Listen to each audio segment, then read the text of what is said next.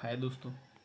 आज हम लोग बात कर रहे हैं स्टीवन स्पेंडर साहब की जो पोएम थी an elementary school classroom in a slum. और आज हम इसके थर्ड वीडियो पर हैं और आज हम बात करेंगे उनके थर्ड और फोर्थ एंड फिफ्थ जो उनका स्टेंजा था उसके बारे में। कल तक हमने ये देखा था कि वो जो स्लॉग आर्ट्स के अंदर काम करने वाले जो बच्चे हैं या जो स्लॉग आर्ट्स में बैठे हुए झोंपड़ी के अंदर जो बच्चे हैं उनकी हम बात कर रहे थे कि उनका जो स्कूल है वो स्लम के अंदर चल रहा है और किस तरीके से किस किस तरीके की प्रॉब्लम्स वो लोग न केवल फिजिकली बल्कि मेंटली, सोशली, इकोनॉमिकली और ये प्रॉब्लम्स वो फेस कर रहे हैं। तो ये सारी बातें हमने देखी थी। आज हम बात कर रहे हैं उनके फोर्थ स्टेंजा पर।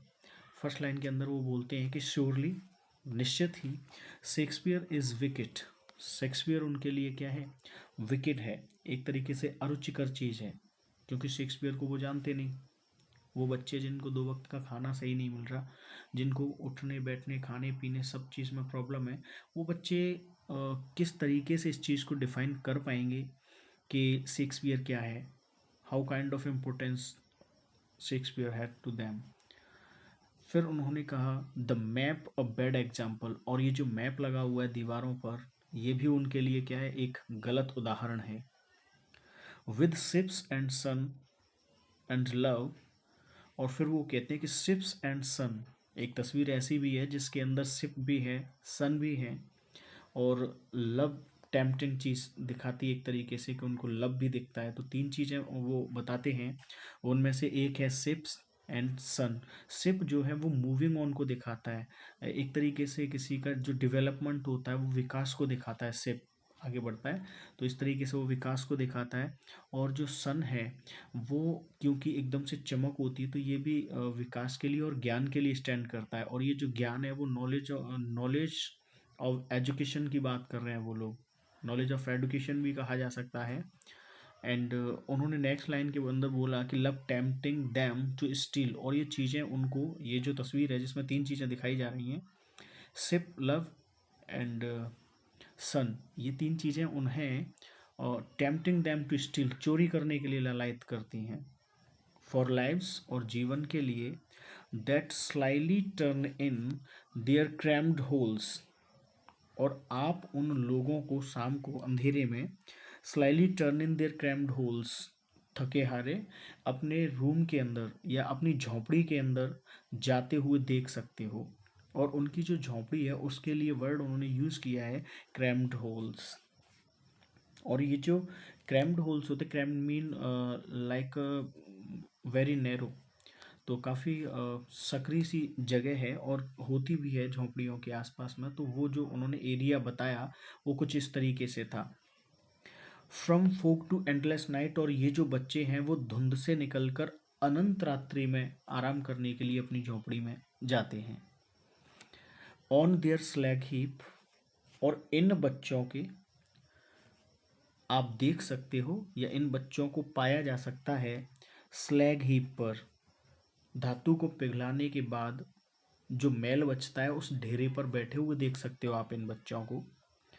एंड दीज चिल्ड्रन, और ये जो बच्चे हैं, वेयर स्किन्स, लगता है कि जैसे इन्होंने बोन्स के ऊपर स्किन को पहन रखा है, जैसे हड्डियों के ऊपर इन्होंने एक तरीके से पहन रखा हो। फिर वो कहते हैं from fog to endless night on this slag heap these children wear skins peeped through by bones, ऐसे लगता है जैसे कि उनकी जो स्किन है वो झांक रही है बोन्स में से। एंड स्पेक्टिकल्स, यानी कि जैसे बोन्स का टेढ़ा हो जाना, क्योंकि जैसा उन्होंने बताया भी था बीमारियों के कारण और कमजोरी के कारण, तो उनके शरीर से जैसे लगता है कि हड्डियां बाहर झांक रही हों। एंड स्पेक्टिकल्स ऑफ स्टील, और स्टील की रिम का जो बना हुआ है या स्टील का जो फ्रेम है, फ्रेम से बना हुआ जो उनका चश्मा है, विद मैंडेड ग्लास, जिसमें मैंड किया हुआ ग्लास लगा है, like bottle beads on stones, ऐसे लगता है कि जैसे किसी स्टोन पर किसी bits, like bottle beads on stone, जैसे कि किसी स्टोन पर बॉटल की ढक्कन को रख दिया गया हो। इस तरीके से लगता है कि उन्होंने जो चश्मे पहन रखे हैं शायद वो ज़बरदस्ती से या अलग से लगा दिए गए होंगे, क्योंकि वो इतने ज़्यादा दुबले पतले हैं, कमज़ोर हैं, वीकनेस बहुत ज़्यादा है उनके अंदर। फिर वो कहते हैं ऑल ऑफ देयर टाइम, और उनका सभी समय, all of their time and space are foggy slum, उनका मोस्ट ऑफ टाइम जो स्पेंड होता है वो फॉगी स्लम्स के अंदर ही होता है। या कह सकते हैं उनका जो समय है, स्थान है, वो ज़्यादातर जो उनका टाइम कटता है या व्यतीत होता है वो मोस्टली किस जगह पर होता है, स्लम एरियाज़ के अंदर। सो ब्लॉट देयर मैप्स, इसलिए उनके मैप को ब्लॉट कर दिया, हटाओ, हटा दो उसको। विद स्लम्स, झोंपड़ियों से, एज बिग एज डूम, जिन पर ये इतना बड़ा आप लोगों ने कहते हैं ना कि इतना बड़ा प्रलय या विनाश का जो आरोपण या चित्रण कर रखा है, इन सबको हटा दो, ये गलत है उन लोगों के लिए। There is no importance about them, और उन लोगों के लिए इसकी कोई इम्पोर्टेंस है नहीं। सो प्लीज़ रिमूव इट, इसको हटाओ। एंड अनलेस, और ये सब करने के बजाय तुम क्या करो, अनलेस गवर्नर के, जो आप गवर्नर भेजते हो वहाँ, like government official personality, and inspector also an official personality, and visitor, और वो लोग जो वहाँ दर्शक आते हैं, इन सबको भी हटाइए। और फिर उन्होंने कहा दैट, ये जो विजिटर हैं इन सबको, दिस मैप, ये जो मैप है, बिकम्स देयर विंडो, ये मैप जो है इसी को इनकी खिड़की बनने दीजिए। एंड दीज विंडोज़, और ये जो विंडोज़ हैं, एक विंडो उन्होंने मैप के लिए कहा और दूसरी जो विंडोज़ हैं उनको उन्होंने कहा जो स्लम के अंदर है। तो क्या दीज विंडोज़ दैट सट अपॉन देयर लैब्स, जो जिन्होंने इनके जीवन को बंद कर रखा है इस स्लम के अंदर, लाइक कैटाकॉम्स, कैटाकॉम्स की तरह, जैसे तहखाने में मृत शरीर को दफनाया जाता है कब्र के अंदर, तो ठीक वैसे ही वो कह रहे हैं कि इनका जो जब बचपन है, चाइल्डहुड है, एजुकेशन का जो टाइम है, या जो फ्री एटमॉस्फेयर होना चाहिए इन लोगों का, ये एक तरीके से हमने बंद कर दिया है। और वो जो बंद किया है वो किया है एक झोंपड़ी के अंदर, और ये जो झोंपड़ी है वो जो स्लम है, वो स्लम है an elementary school classroom. Next line में उन्होंने कहा ब्रेक ओ ब्रेक, तोड़ो, तोड़ दो इसको, मीन टू रिमूव इट, हटा दीजिए इसको, और break open till they break the town, और तब तक हटाओ इसको, मतलब हटा दो सबको। एंड ब्रेक द टाउन, और खुलने दो इनको टाउन में, यानी कि कस्बों को खोल दीजिए इन बच्चों के लिए। उनके कहने का मीन है कि झोंपड़ियों से बाहर निकालिए, और न केवल झोंपड़ियों से, यानी कि ये जो छोटी छोटी जगहों पर रहते हैं, छोटे छोटे कस्बों में रहते हैं, इन टाउन्स से भी इन बच्चों को बाहर निकलने दीजिए, to make progress more and more. And so the children, और इन बच्चों को दिखाइए, क्या दिखाइए, टू ग्रीन फील्ड्स, हरे भरे खेतों को। और हरे भरे खेत जो होते हैं वो डेवलपमेंट को दिखाते हैं, वो मूव ऑन को दिखाते हैं, वो विकास को दिखाते हैं, आगे बढ़ने को दिखाते हैं, हरे भरे होने का।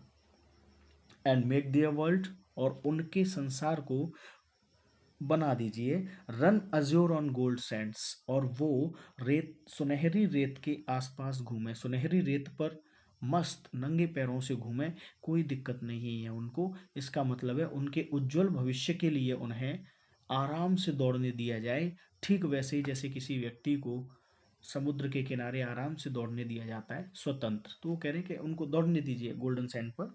एंड लेट देयर टंग्स, और उनकी जो टंग्स हैं, जीभ हैं, उनको run naked into books, books किताबों में आराम से दौड़ने दीजिए। That mean they they have they will make progress on the basis of education. So we have a very keen need to take place to give them opportunity to have education. तो उन्होंने कहा कि education के लिए opportunity दीजिए उनको, और opportunity इस तरीके से दी जाए कि वो एकदम खुले स्वतंत्र रूप में वो पढ़ाई करें। And into books while and green leaves, white और ग्रीन लीव्स जो हैं वो कहते हैं कि सफ़ेद शांति की, और ग्रीन उन्नति की जो प्रतीक हैं, लीव्स ओपन, खोलने दीजिए उनके लिए, यानी कि इनका जो रास्ता है वो सफ़ेद शांति का और ग्रीन लीव्स का हो। ग्रीन लीव्स का यानी कि शांत और उन्नति का मार्ग हो, हरियाली का मार्ग हो, ऐसा हो। हिस्ट्री देयर्स, इतिहास उनका होता है, इतिहास उनका होता है हुज लैंग्वेज इज द सन, जिनकी लैंग्वेज सन होती है। दैट मीन कि फर्स्ट ऑफ ऑल जो हमें सबसे बड़ा डेवलपमेंट किसी के अंदर अगर देखता है दिखाई देता है, चेंज किसी के अंदर दिखाई देता है, तो वो उस पर्सनैलिटी की या उस व्यक्ति विशेष की लैंग्वेज से आता है।